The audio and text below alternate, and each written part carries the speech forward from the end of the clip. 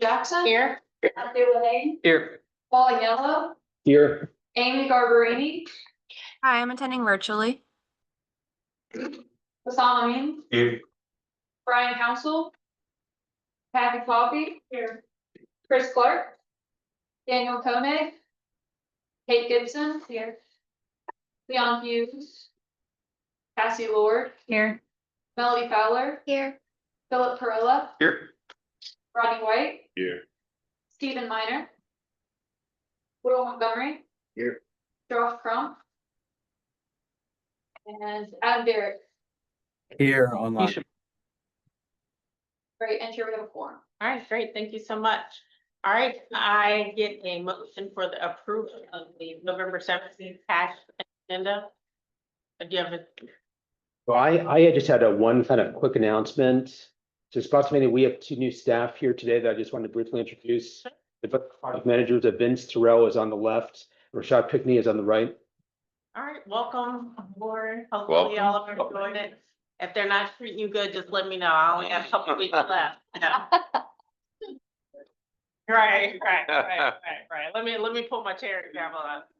All right. Well, thank you so much for introducing them, Paul. Definitely. Sure. So can I get approval of the agenda unless anybody has any changes? Motion to approve. Second. Any discussion? All right, all those in favor say aye. Aye. The next item we have is for public comment. So if we, sorry, my mom was gone because I was like, where are the minutes at? All right, so if you have any members of the public who would like to speak at this time, we invite you to speak. Any members of the public that would like to speak? All right, do we have any comments that came in online or virtually? There's no one online. All right, well, if there are None specifically on the TAC, okay, and no comments on the tip. If we get comments on the tip, then we have started to bring them to. okay, great. All right, if there are no members of the public that wish to speak at this time, and there are no comments that were sent in, I will close the public comment period. All right, we have the consent agenda. We've got 6 items for consent. I would prefer to actually roll them all together if that's okay with you to save time. All right, so can I get approval of the consent agenda, please? All right, got a motion. Can I get a second? Second. All right, any discussion? All those in favor? Aye. All right, any opposed? Better not. Just kidding. All right, so We do rely on you to point out any typos in the minutes, so do let us know if you ever pick up typos in the minutes. great. All right, next item is item number 6, which are action in the items. We're gonna start off with Carrie. Oh, here you are. Carrie, you're first. Oh, no. Sorry. No, it's okay. In the hot seat. So we'll have smart scale round 7 discussion by Ms. Carrie Eves. Gets me over with her. Yes. Good morning. So this is our regional screening criteria. The workshop folks talked about this last month on the 24th. They have endorsed some draft screening criteria for folks to approve. And this is a list of eligible candidate projects. It's just for this discussion. You may agree or disagree. Slide. Our scale has gotten rolling already, well underway. So today you are going to approve their regional screening criteria that they discussed. And this is the first pass list of eligible project candidates. This is very preliminary. Tonight, we've revised this. We're not going to present anything across the committee tonight because everything's very new. We're not going to talk about it. We're not going to talk about it until the next meeting. Tomorrow's workshop, we're going to see some of those again. We're going to talk about scoring method calculations, bylaw accessibility. We're going to look at our list again. December 1st, we're going to have another workshop. Hopefully by then we're going to have lots of the alternatives, what's some of the studies known. We're going to look at our projects in a deeper depth. And we're going to talk more about prioritizing them.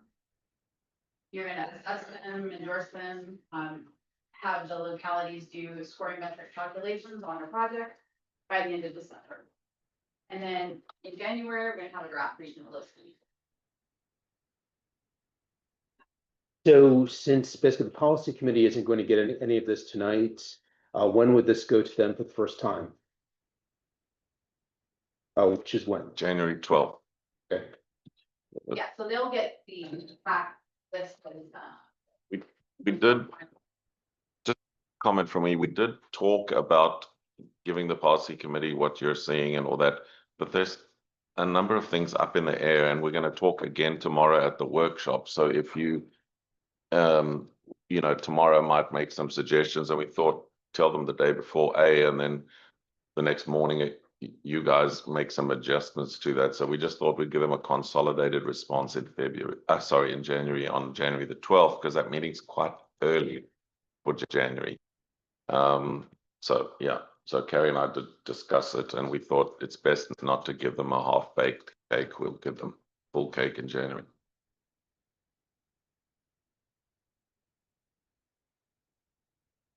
So our draft screening criteria is basically the criteria for screening it to be considered for the regional list. It's not the list itself yet.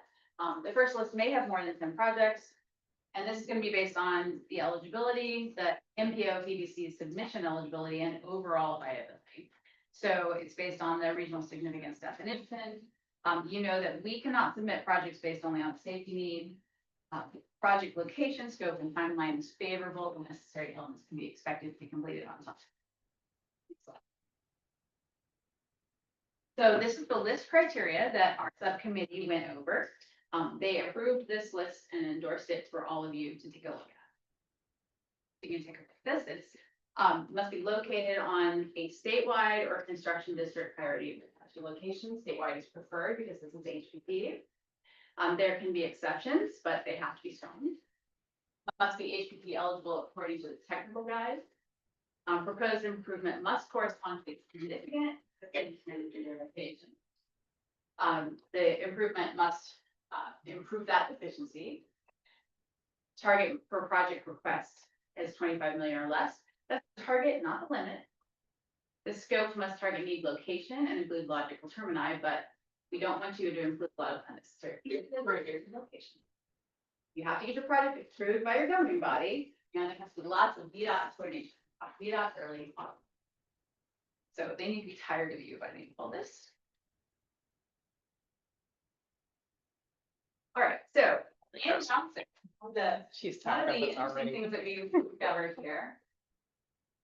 We want to make sure that you're in the right location. APP projects funded in round 6. Most of the projects were on statewide priority locations, but 4 out of 14 were only construction district priority. So statewide priority is preferred, but not required. So out of all of these, statewide priority ones for the yes on the far right there, and then the no's, there's only 4 of them, were only construction district. It just gives you a little bit of information. It also shows us the average cost of all the projects that So Carrie, just a question, like the one project we got for Route 3 on the regional list last time, wasn't that like for a V-Trans need? I mean, that was like a pretty high kind of a V-Trans need, I thought, like for Route 3. Thought it was like a 1 or a 2. That one did not trigger a statewide need? So it was 1 or 2 for the construction district only? Okay. The ones that were the construction district need, not the statewide need, those, do you remember if they were priority 1, 2 in construction? They were. They were. Yeah. Yeah.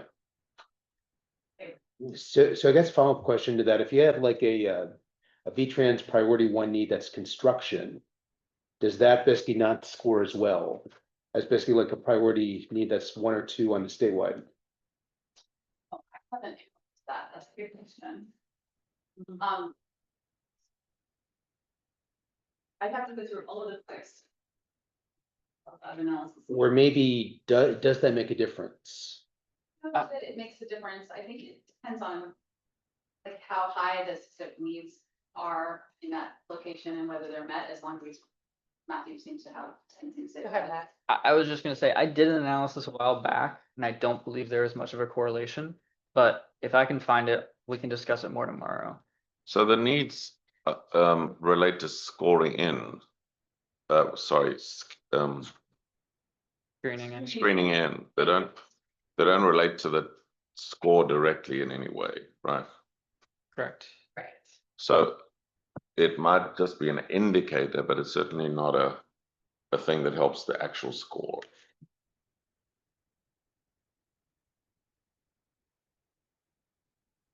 So this is just to remind you, just a review, what it makes a project eligible for HPP.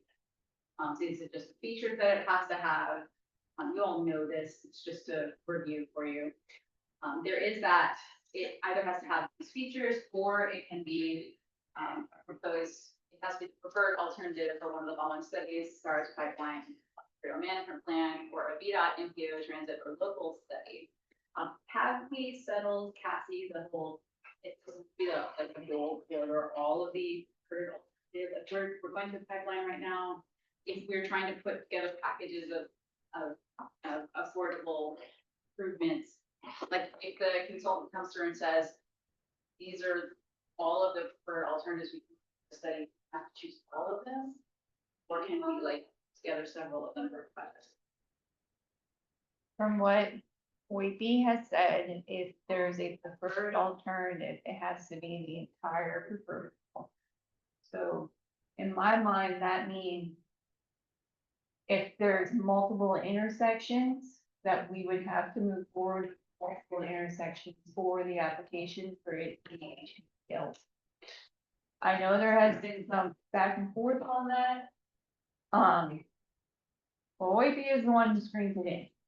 So if they're saying it needs to be the entire preferred alternative, I'm gonna go with that instead of what the discussion was previously, Right. just because, I mean, I've had talks with Chad. That's kind of what they were looking at, is that it's the entire preferred alternative for it to be HPP. So that means, because normally, and that is also if it does not have one of those features. Right. So say if there's a preferred alternative that has that one of those features, then it can be put in for HPP. If it's just from the study and it doesn't have any of those features tied to it, then most likely it would have to be like the entire preferred alternative from the study, which is very important. Why, once we are done with like the public input and we're moving to the next phase, we have to be very careful with what we want to move forward as the preferred alternative from studies. Right.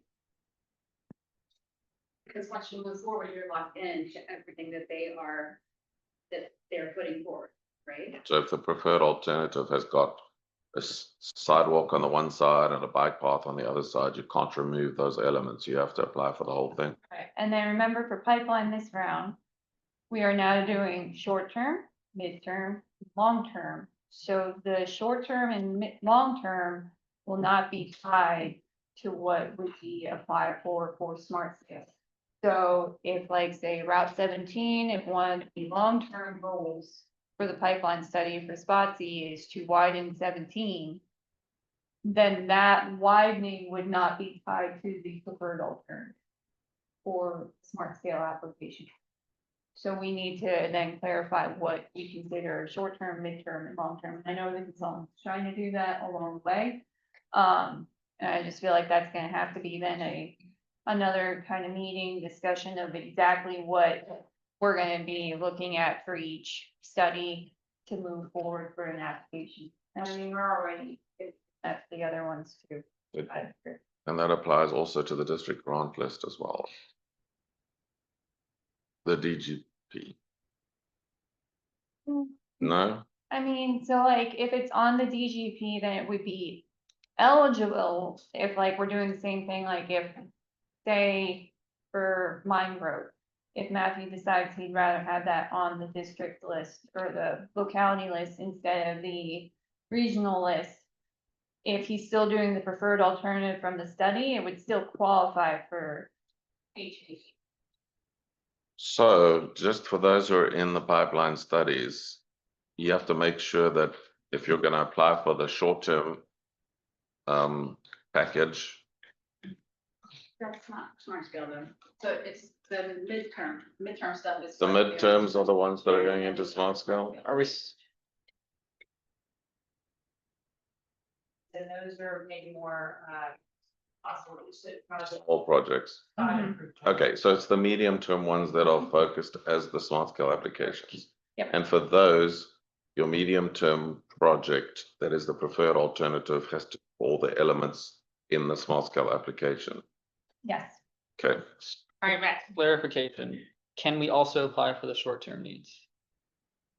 I don't see why not. Okay, I think that was something we could ask Right. to, especially Yeah. on, one thing, or it's got a little bit different.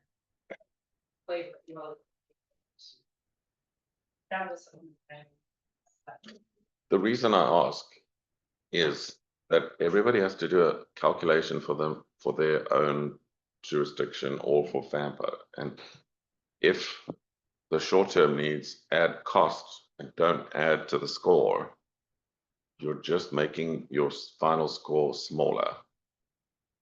Right? If the short-term needs include a bit of sidewalk and whatever else, but that is added to the medium-term need project, you're pushing up the cost. And you have to be really sure that that's going to add to your score. Otherwise, you're going to drag your project down. It's going to score lower because they're dividing the total score by the total project cost. And every time you add a feature, you put in project cost, but you're not necessarily increasing the score, which means you end up with a lower score after the long division. Am I making sense? one other question, I don't know if you know the answer to this, if we have two studies that overlap and they both recommend a widening at one intersection, Mhm. and both studies have that as a preferred alternative, do you know if that's gonna be an issue? If one study doesn't move forward with that preferred alternative? I don't know. Should- No, I mean, cause. We're still applying for Like, it. I would say just attach the study. Yeah. That you're using. Okay, we can talk about it more this afternoon. I do have a question Oh, too, go but ahead. I have a. Go ahead. No, go ahead. So I guess a couple quick questions of, I don't want to go into like the details on the projects like today. We do that tomorrow, just talking about some of these issues with, eligibility with HPP versus district grant. Yeah. Then I guess, one just general question to think about for tomorrow, like that we've encountered, is with some of our pipeline and STAR studies. Basically, they will have bike ped in them, that was in the study. The question is, can we change that or can we kind of scale that back? And it'd still be on the HPP list. I don't want to answer that right now, but I just want to talk about that tomorrow. And regarding this whole preferred alternative, I have a question about that too, for Patsy. Because we're talking about that with some of our ongoing pipeline studies now. We were talking about trying to make. Like, so I'm just gonna use Fredericksburg as an example, they have a pipeline study and we were talking about trying to make packages out of the intersections. And around, and the roundabout. Yeah. So we're gonna have to. And everything that they're doing, or we're gonna have to choose what moves forward, like all of us are gonna have to. So, For us. It's gonna be, that's gonna be the deciding factor of what do you wanna focus on? On the locality list, or do you want? And Well, then, there's lots. So if they're going on the locality list, they will have. Trying to make that fair for everybody. yes, if it's going on the locality list, you will have more ability. I believe. We could package it with pipeline, you could have like a preferred alternative that's like maybe looking at like one intersection, I'm gonna have to clarify this with Chad. And then the other concepts and everything not be the preferred alternative so that they can go forward more scale. But I've got to ask Chad, wait, about that. And if that's something that we can do, be like, cause we're trying to get around not making a monstrous application that potentially might not score well because of the cost. But allow the locality then to maybe take some of the smaller thoughts and put it on their local list. Okay, so get like an HPPI. So I'll have to stop that. So you're saying kind of as long as it's part of a smart school application somewhere, theoretically it should qualify. Or am I misunderstanding? So. No, it's more like, so if, it's for HPP, it has to be the preferred alternative.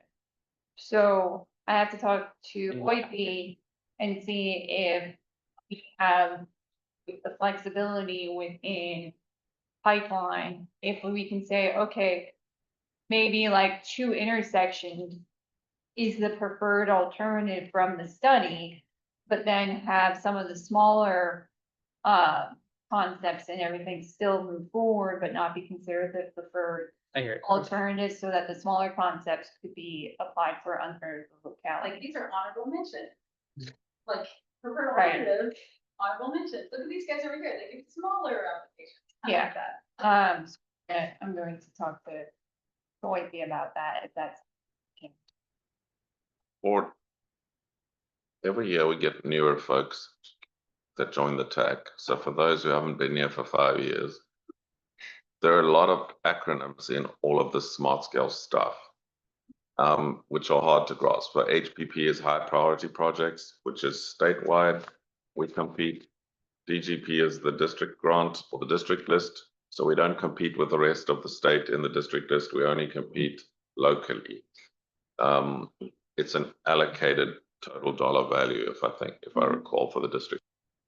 Also, just a piece of useful information, if you go to the FAMPA website and click on the Long Range Transportation Plan 2050, it has an appendix with hundreds of our acronyms listed. So if you don't know what something is, that's a good resource to use.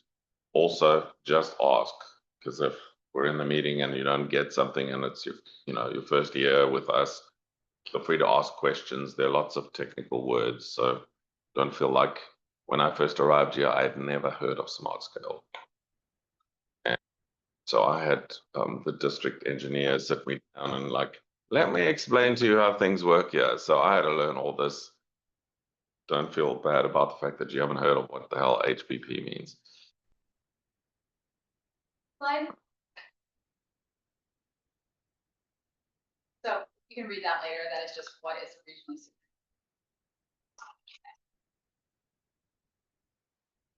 Okay, so this is a very well list. It will change. I looked over the original submitted projects. These are just the ones that I found. Some of the ones that were removed could be put back on.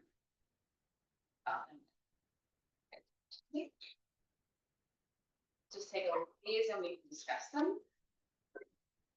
If someone thinks that there's one on here that shouldn't be on here, that is there.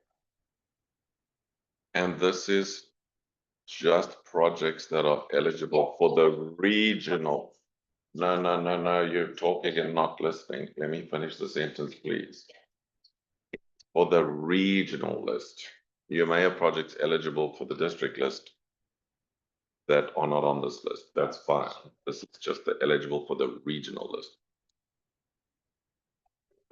I do feel it is important that when this goes, if this is a list, for instance, when this goes to policy committee, there is some explanations needed as to why the Mine Road Pipeline Study, the Chestnut Road Pipeline Study are not on this list. I imagine them. And that's one of the reasons we just delayed. Yeah, we want to get all our ducks in a row before we tell the policy committee, what we have. Well, So I have 2 comments. One was a follow-up on what was just said. It seems like when the state is basically deciding like where the pipeline and the STAR study should be, that there should be some analysis, like do those check the box for V-Trans needs. It's just crazy to me that we have these completed studies. Basically, it says here that there are like no statewide needs for a bunch of them. The other kind of question I had, this applied at RAP 28 in Garrisonville. But I know there was the issue like congestion is not collected for those roadways, and I know they both have a lot of congestion. I mean, 208 it's shocking to me that the only reason why it's qualifying is because of the bike ped. Then there's the other issue that safety doesn't count, even if safety is a pretty major issue. So I guess, I know that's something we talked about with the OIP like in April, about with the congestion data, trying to get it on some of these other routes. Was there any movement on that or any further discussion? And I guess could we still kind of give a letter of feedback to OIP at some point, just asking them to consider adding basically Garrisonville and 208? I'm not sure if there are any other roadways in the region for congestion. I think Matthew was first. I don't know if Cassie wants to answer that. I can. So they use INRIX to collect their data, and INRIX only does primary roads. So they will not do secondary roads. OIP has kind of taken a stance on that, of not really modifying the way that the data is collected. So But isn't 208 still a primary road? I don't know the exact designations. INRIX might be different. And like with Like- primary, it's like- supposed to be under 300. So it's like Route 1. Yeah, 208 is. Route 3, Route 17. I-95. Those are all designated as like roadways that, so like the primary arterials and up are what is designated for INRIX. So this is thing which you'll remember when we did the first workshop, I put up my own set of 4 slides. And it's one of the items there that is a problem. And we're not the only ones who think it's a problem. Northern Virginia also thinks it's a problem, that there are just so many roads where there is congestion, but there's no congestion metric for them.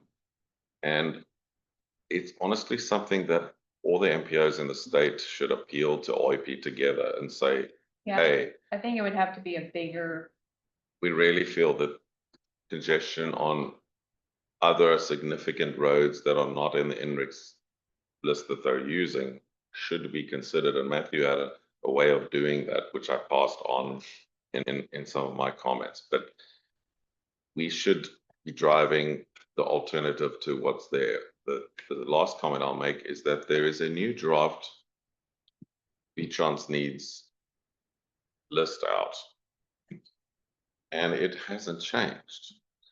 It's like, it's like, I'll buy you lunch if there's significant changes. There are only very few changes. It's very close to what we had. It does include, out of all the intersections on Garris Road, the one that has the highest volume to capacity ratio is Sheldon Shop Road. It does include It's now- congestion, it is now on that list. Is it? But to Cassie's point, INRIX doesn't have the data that they use for Sheldon Shop Road. Right. So was awaiting the updated technical guide, but Chintender said it's not gonna change. So I'm wondering how they scored that for congestion if they didn't change methodology. Because there's no data available technically. So that's still kind of to be determined. An email that I'll send to Chintender eventually once I get a technical guide, just to make sure. That is a question. The other thing I'll mention is if we do want to go down that path of continuing to ask for this change to the V-Trans needs, I would recommend that someone takes up the responsibility of using the data that is available, the XD segments is what they're called, and doing the same analysis, because they do have a methodology step by step. Doing the same analysis and see what other roads in the Fampa region would qualify based off their methodology. Let's talk more tomorrow, and you're going to make a presentation tomorrow, so maybe you just want to give us a little I can talk about that a little bit.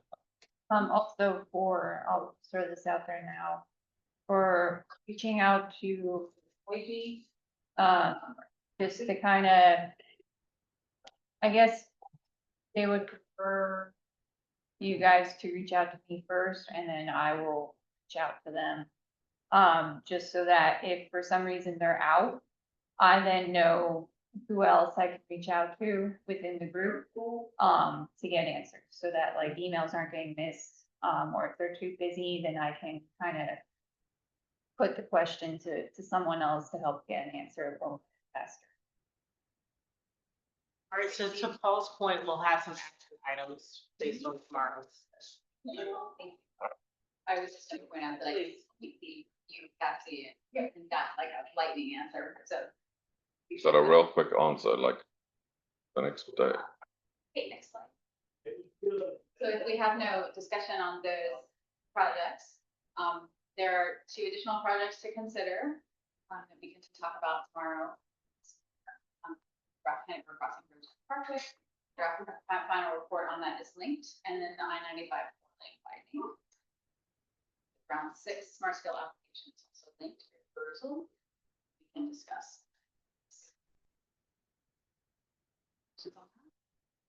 Just on the river crossing, maybe we can come prepared tomorrow to discuss what else is needed for that project to be qualified for smart scale. I assume there's a number of additions to the study, the sketch, the cost estimate that would be needed. You ready to discuss that? We are going to talk about it. VDOT will be there, so I'm sure they'll.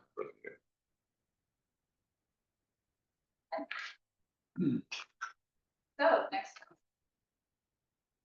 If you are, well, it won't be presented to the council committee. I did these slides too early.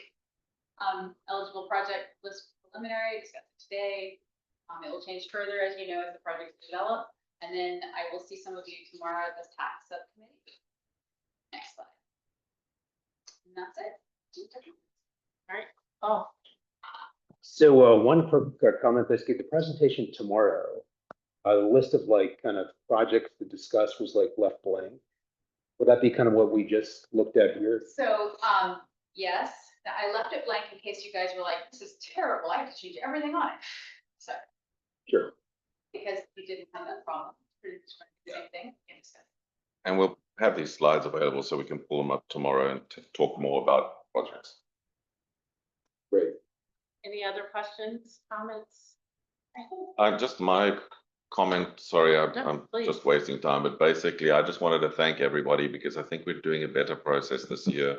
Lots more collaboration, people are helping each other, and I think that's great for the region. So thanks everybody for your input and help.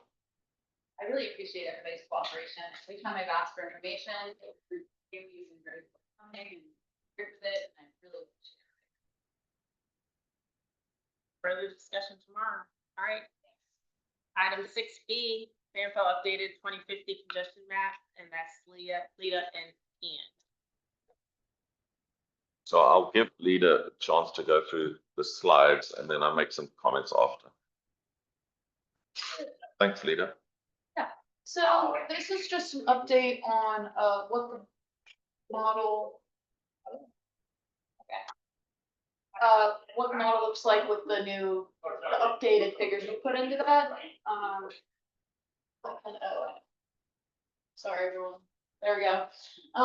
So you all remember this was something that VDOT pointed out to us, that our model wasn't in compliance with our population data for Stafford County and Spotsylvania County, that it needs to be within 10% of Weldon Cooper Center's projections. Weldon Cooper Center came and presented to us about how they make those projections, and working with Stafford and Spotsylvania, we updated population figures for the traffic and analysis zones that are in the model.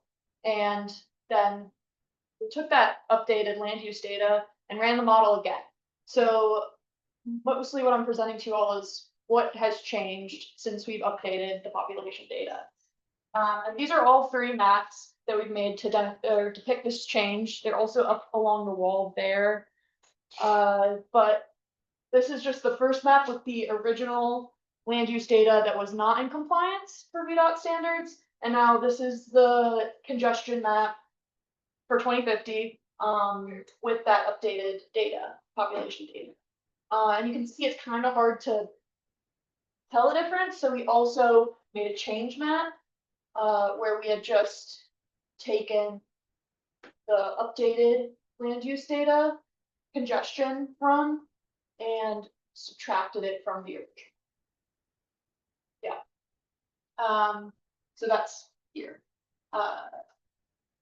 Yeah, and here's just a closer look at that map. Change is mapped where it was 2 standard deviations away from the mean for the whole difference. And while some of these roads are highlighted. Not all of these were enough change to change classification for our different congestion measurements, where we had like extreme or moderate. There might have been significant change, but it stayed within the same category. And then this is just a closer look at the updated land use data map. And here are just some roadways that are fitting into these categories in current day to give an idea of what it will feel like in the projected year of 2050. That's all I have, but Ian has comments, yeah. Thanks. So if you look at these two maps, yes, of course, a map isn't as fine-grained as looking at the exact data numbers in each case. We get that, of course. But when you look at the difference between the two maps, if you're not looking closely, you can't see the difference, right? And that's kind of what I expected. I had a chat with Ben Manel, like when we were asked to make all these changes, and we guessed, this was a guess back then, that after we remove the population, the congestion problem is going to remain in the region, because part of our congestion problem is that our roadway network has gaps, and the big blow through of the interstate like creates problems for us because we have such a large volume moving through our region and into the region.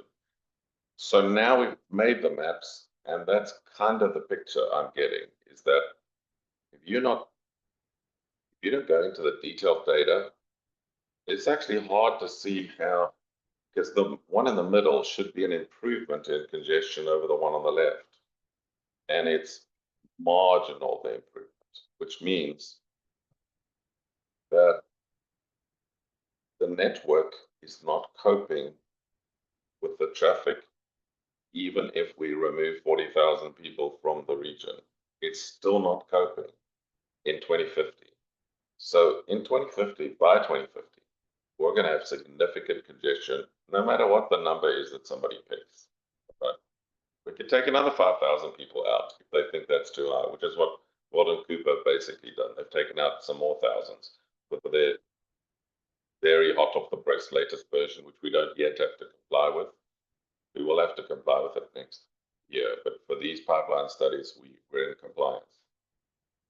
So I think this game of arguing about the numbers is of population and jobs is not significantly affecting the problem. It's a problem. And the red over there, I mean, can you see major differences in the red? It's hard to see. The red is the problem, and it's going to remain. So even if YP makes us take another 5,000 out of the population for 2050, I don't think it's going to help. The reason we did this exercise, of course, is twofold. First one is it's to aid our discussion as a TAC as to what to do about the fact that Colin Cooper keeps reducing our population and jobs numbers in the out years of their projections.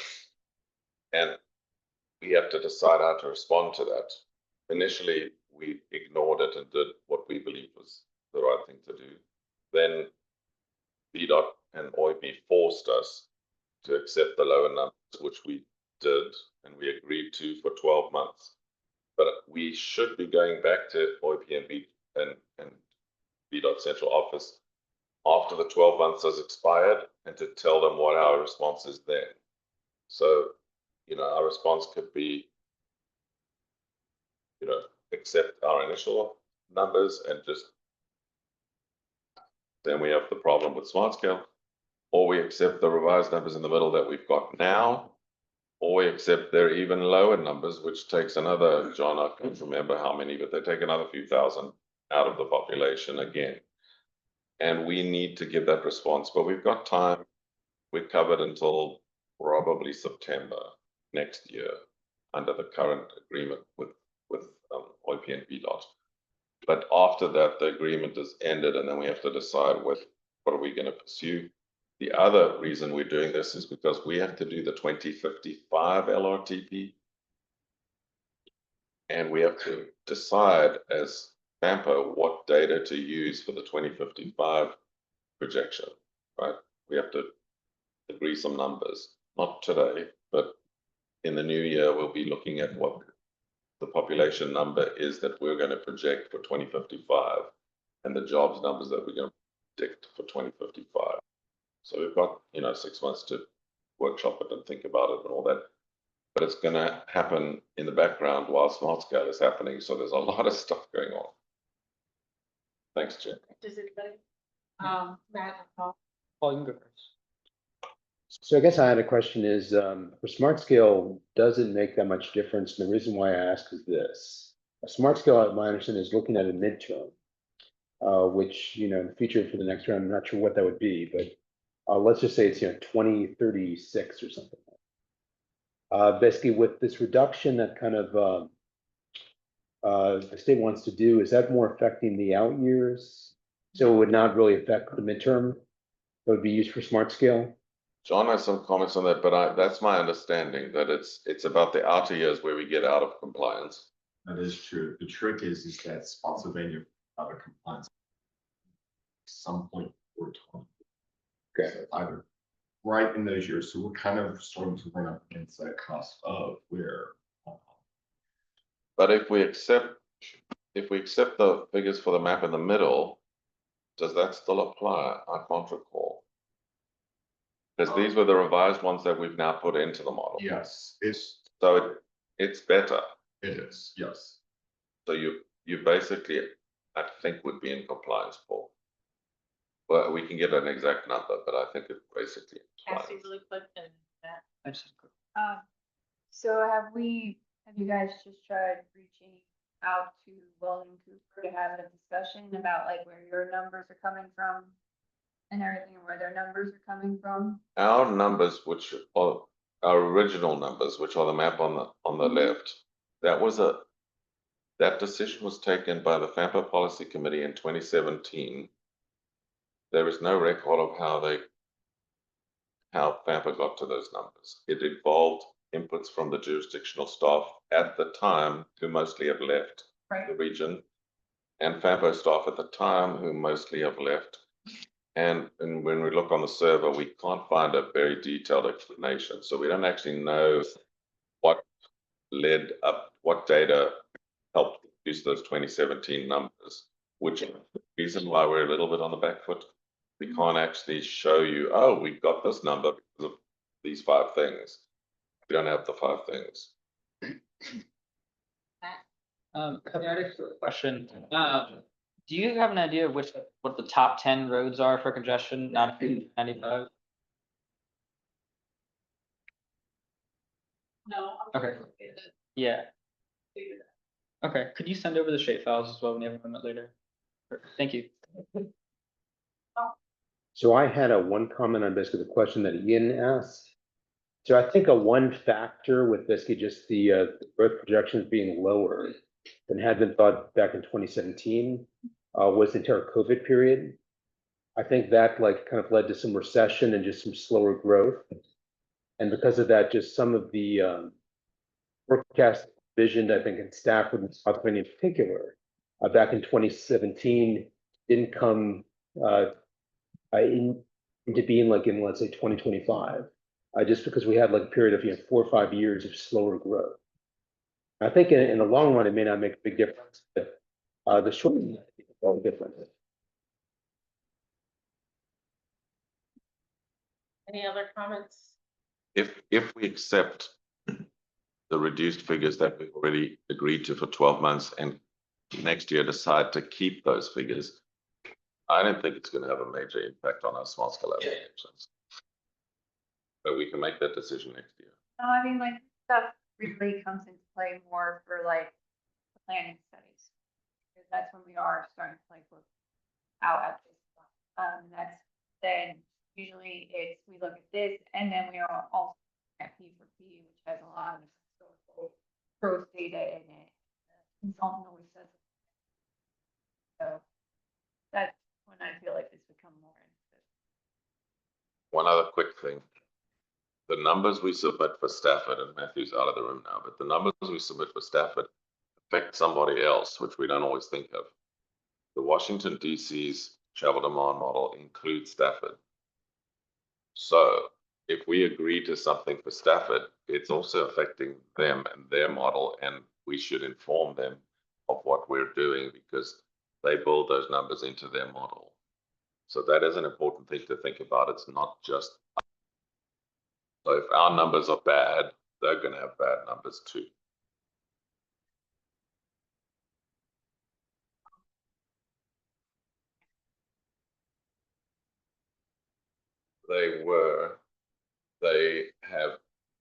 They reached out to us and asked us for our updated figures because they couldn't find them. And before I could respond, I got an email saying, "Oh, don't worry, you found them online on your online stuff."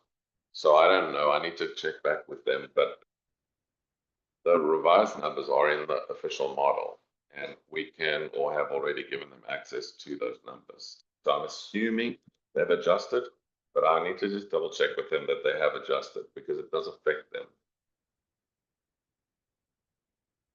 Yeah. All right, any other comments for Ian or Lita? Thanks, Ms. Lita, appreciate you. All right, we're turning it over to Ian for V-Trans Freight Element Review of Critical Urban Freight Corridor. Thank you, Chair. My suggestion is I should go through this quite quickly because the impacts on us are quite limited. It's more for information. So V-Trans has a process to choose critical freight corridors. And previously, the three big MPOs were invited to the workshop that made the decisions about the critical freight corridors. So when I heard about this at the MPO quarterly, I asked if we could be included because we're on the critical freight corridor in Virginia. And so they invited me to the next workshop, and these slides were presented at the workshop, and then they were presented at the MPO quarterly to everybody. So now everybody has them anyway. Next slide. Long story short, some states allocate additional funding to critical freight corridors. Virginia does not. So having a critical freight corridor designation does not give us extra cash. There is a complicated way that it allows greater flexibility in small scale to allocate the money that does exist. I haven't received the explanation of how that works yet. So it's something we need to follow up. But there is a way that having a critical freight corridor allows them to move money around in small scale, and I don't know how. Slide.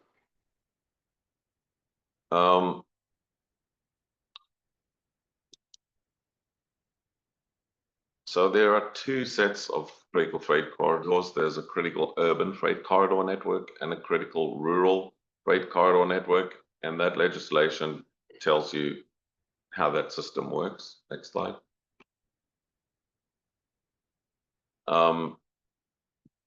Here. So the funds are allocated to projects selected at small scale and other processes. Those critical urban freight corridors and critical rural freight corridors, as I said, do not impact the allocation of dollars. There is some programming flexibility through small scale that I don't quite understand, but if it's a critical freight corridor, you get greater flexibility with the dollars, but not more dollars. We will try to get a more detailed explanation of how that works. I don't know if VDOT here knows, but I don't. Next one. So they worked with the three regions to designate the first network, and those are the three big MPOs. The latest bill in Congress allowed us to add mileage to the critical freight corridors, so we can dedicate additional roadways to the critical freight network because the bill said that we can have more miles.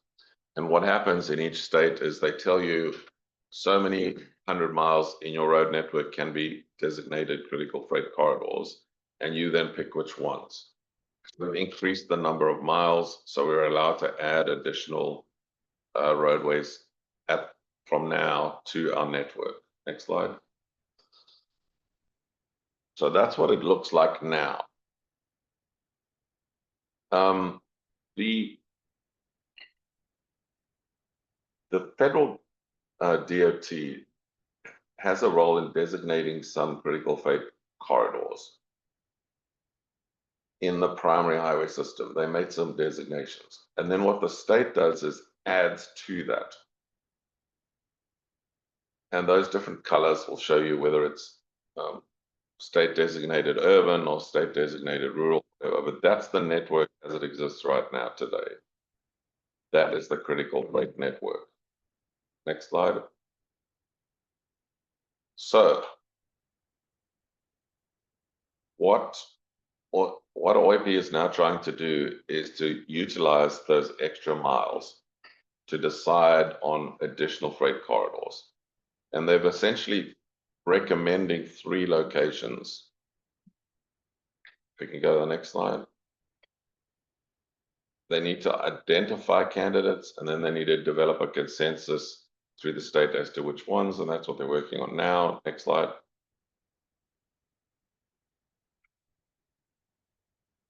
Leader? That's it. Oh, that's the last one. Okay, so can you just go back to the map? So what they want to recommend, two of the 3 are not in our region. What they want to recommend is to add 301, which is, I'm saying this correctly, it's about, yeah. The reason they want to do that is because the federal government has designated this portion of 301 in Maryland. I hope I'm pointing the right place. Yeah, you are. But the Maryland portion of 301, the last bit that comes down to the bridge, they picked just that portion of 301, not all the way up in Maryland, just that last, I don't know, 10 miles or 20 miles. And what Virginia typically has done has used their miles to close the gaps. So the thinking here is that if this is designated by the federal government as a critical freight corridor, and we've just built this new 4-lane bridge across the river, it's pretty pointless if we don't carry on designating the rest of 301 as a critical freight corridor, because where do those trucks go? They don't suddenly disappear in the river, right? So they obviously are coming down there. So their view is we should make the rest of 301 a critical freight corridor. They've got 2 others and they're down here. It's way outside of our region and doesn't directly affect us. That is the end of basically the presentation. I'm just letting you know they're gonna come back with a proposal, and then the CTV will, I think, vote to add those. So one comment, it seems like looking at that map, the one road that I'm surprised is not on the map is US Route 17. Yeah, it's not. That's quarter of statewide significance, and I guess I thought that actually had a fair amount of truck traffic. 16 or 17% of the traffic is trucks. So their answer, and I can't tell you that I've heard this, but their answer will be that they have only X number of miles and they're trying to build logical termini that the federal government has started working on. They like to fill in the gaps, and they only have X number of miles. So they wouldn't be able to do both 301 and 17. But in the past, 17 has never been designated a critical freight corridor. They look at things like tonnage, and I keep wherever I go trying to say it's volume that matters. It's not just tonnage, it's volume that matters, because that's where the congestion comes in. But the tonnage is used to talk about maintenance, right? Maintaining those roads, whatever. Yeah. This is what it is right now today. Any other thoughts, comments, Matt? I guess my question would be, what is tonnage and volume on 301, and what is tonnage and volume on US 17? I'd also make the argument that only a portion of US 17 needs to be added section. That's the portion in Stafford within a few miles of I-95. That's really where most of the congestion is, and there's a lot of warehouses in the area as well. So several million more square feet. as I said, it won't give us extra money. However, there's nothing stopping any new government in Virginia, any new administration from changing their policy. They might decide that they want to give more money to critical freight corridors. If that happens, then this matters. At the moment, it doesn't matter as much because you're not going to get extra money. Any other thoughts or comments from Ian? Great. We'll go on to item 7, correspondence. Becky, do you want to talk to these? Yes, this is a really good news item, for the Go My Community app. Able to scroll down through the pages. Kind of self-explanatory, but it's a part of RM3P project to connect commuters to different modes of transportation. The next item is related to VDOT's notice of design public hearing. Yes, there's a public hearing out in Locust Grove on 2 projects, but the one listed in the agenda is the closest to our FAMCO region for intersection improvements at Route 3 and Route 20, signalized green T there. And then the other one's out in Rhodesville, if you know your geography, the roundabout at 522 and Route 20. These are not in our region, but because they're right on the border of our region, we've been invited to attend. So if any of you want to go to that public hearing, it's November the 18th, which is tomorrow. So please do go along if you're interested, or send any comments if you're interested. But it's not technically in our region, but it affects primarily Spotsylvania, I would imagine. Yeah, so I initially thought the same thing that you did, but actually that Route 320 project is partially in Spotsylvania. No, good. Isn't it?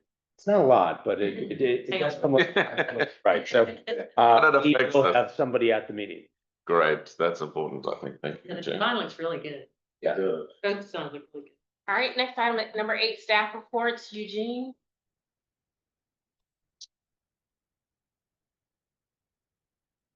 So this is our FAMCO public involvement report, just like we do every year. This is just what we've been up to on the public involvement side of things last. Next one. So currently our mailing list is at 1,991 follower subscribers. We have had an additional 130 subscribers added in the last year. Most of our subscribers were added in months where the river crossing updates were reported on and introduced, so typically about January and June. And when FAMCO hosts information tables that are held at established events, that be in August and also March. So Eugene, that means that almost 2,000 people get our full agendas every month. How did you find that movie? Because I know this is before your time.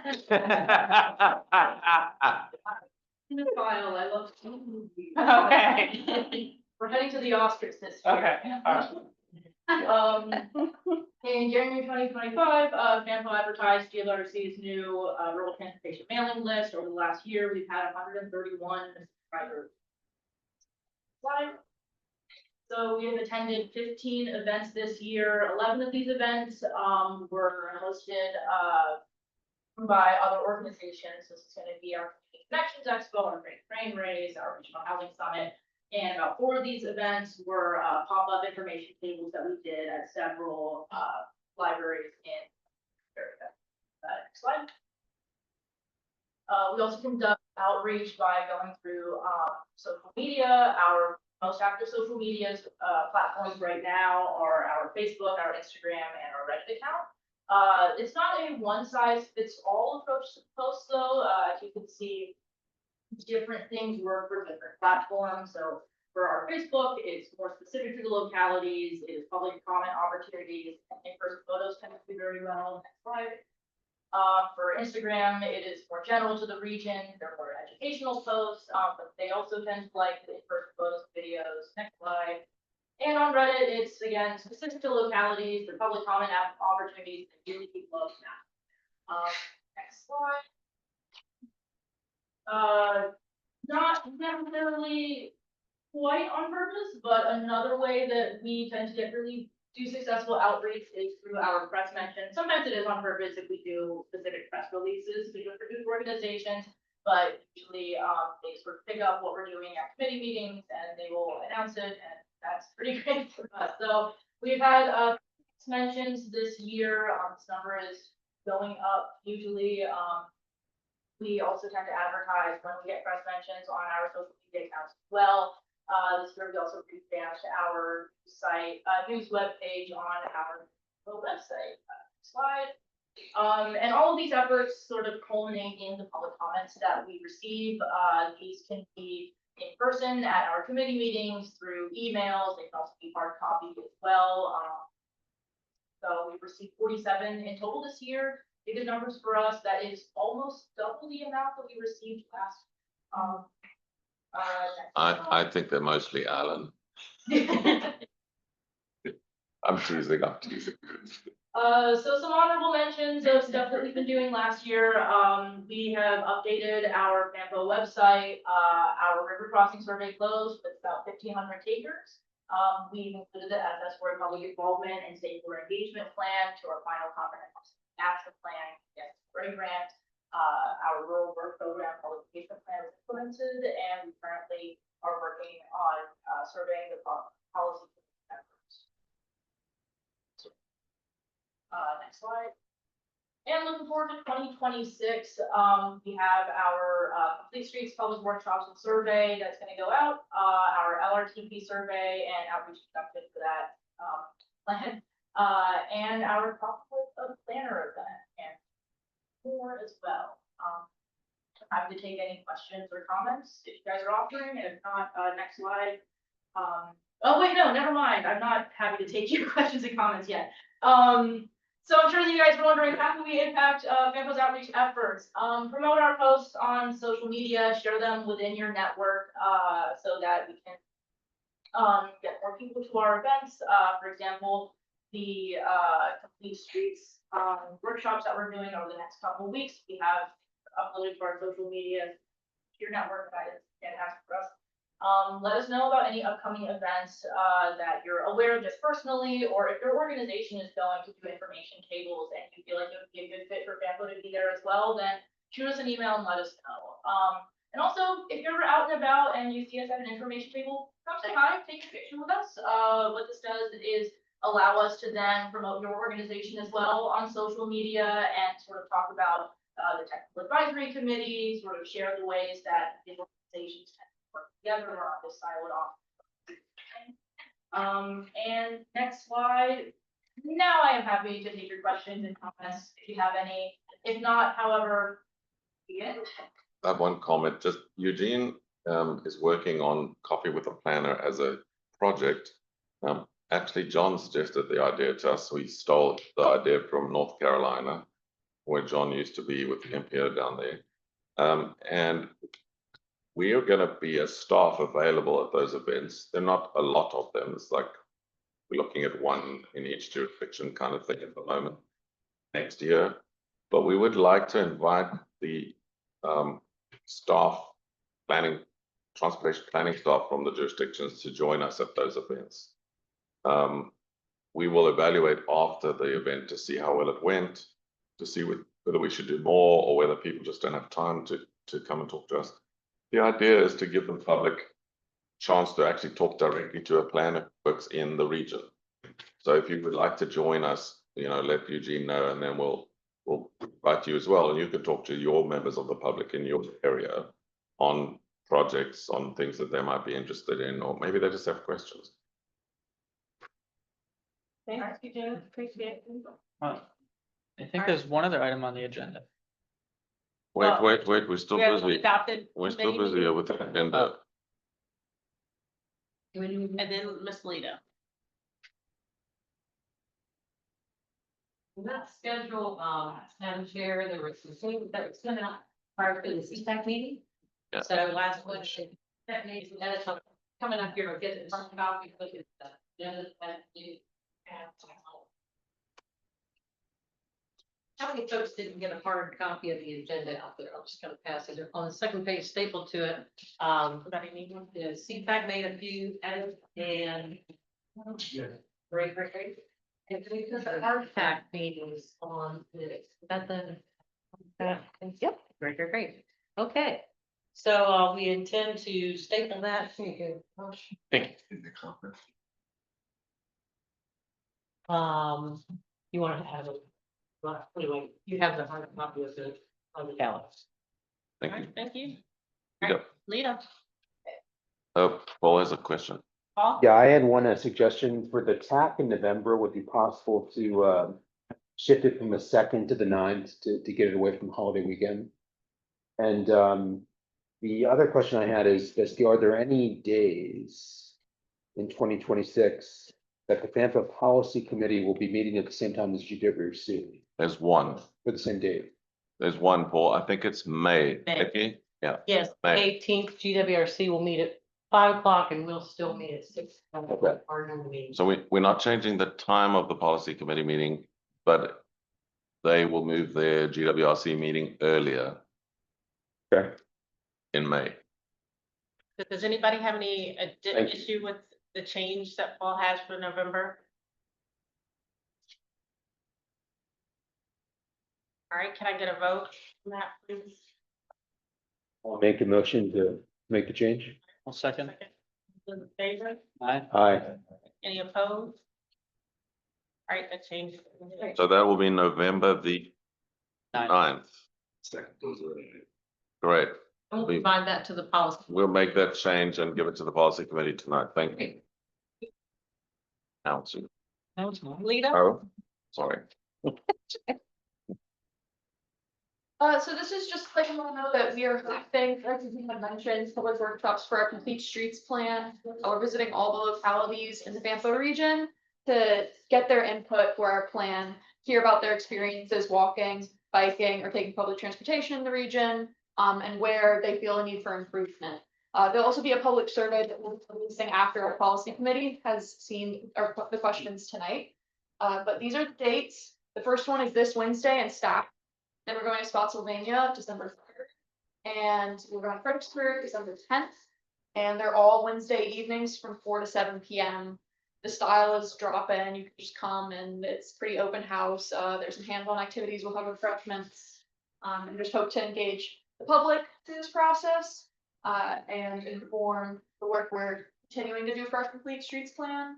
So please, you're all invited to attend. And also, please feel welcome to share with anyone who you think would be interested. And that's all. All right, so there's a surprise on the agenda, so I'm surprised. We do have a card as well as a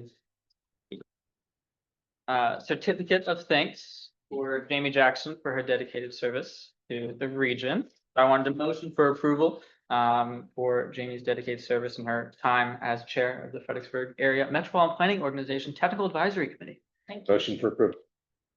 Second. All those in favor? Thank you. Aye. Jamie, we've also got a card that members have all signed, which we'd like to give you. And Jamie has been here longer than I have. So I started the first, well, effectively the 3rd of November, because the 1st was a Saturday. So I started here on the 3rd of November, 2020. And you were there about a year and a half before me, I think. It's in March. March of February of COVID, 2020. 2020, okay. So long as I've been here, Jamie's been here, and it's many years of dedicated service. So we just want to thank you. And a lot of your friends are here. So we've Thank written you. a card and congratulations. The comments, so thank y'all so much. I will miss y'all in these exciting meetings. And congratulations again, good job. Yeah, and I'll tell you my new job after the recording's off. We'll turn the recording Yeah, off shortly. You don't need the excitement of that. There we go. All right, thank you very much. It's been a pleasure. Sorry, I'm just meeting you two, but you know, your life will go on without me, I'm sure. Congratulations.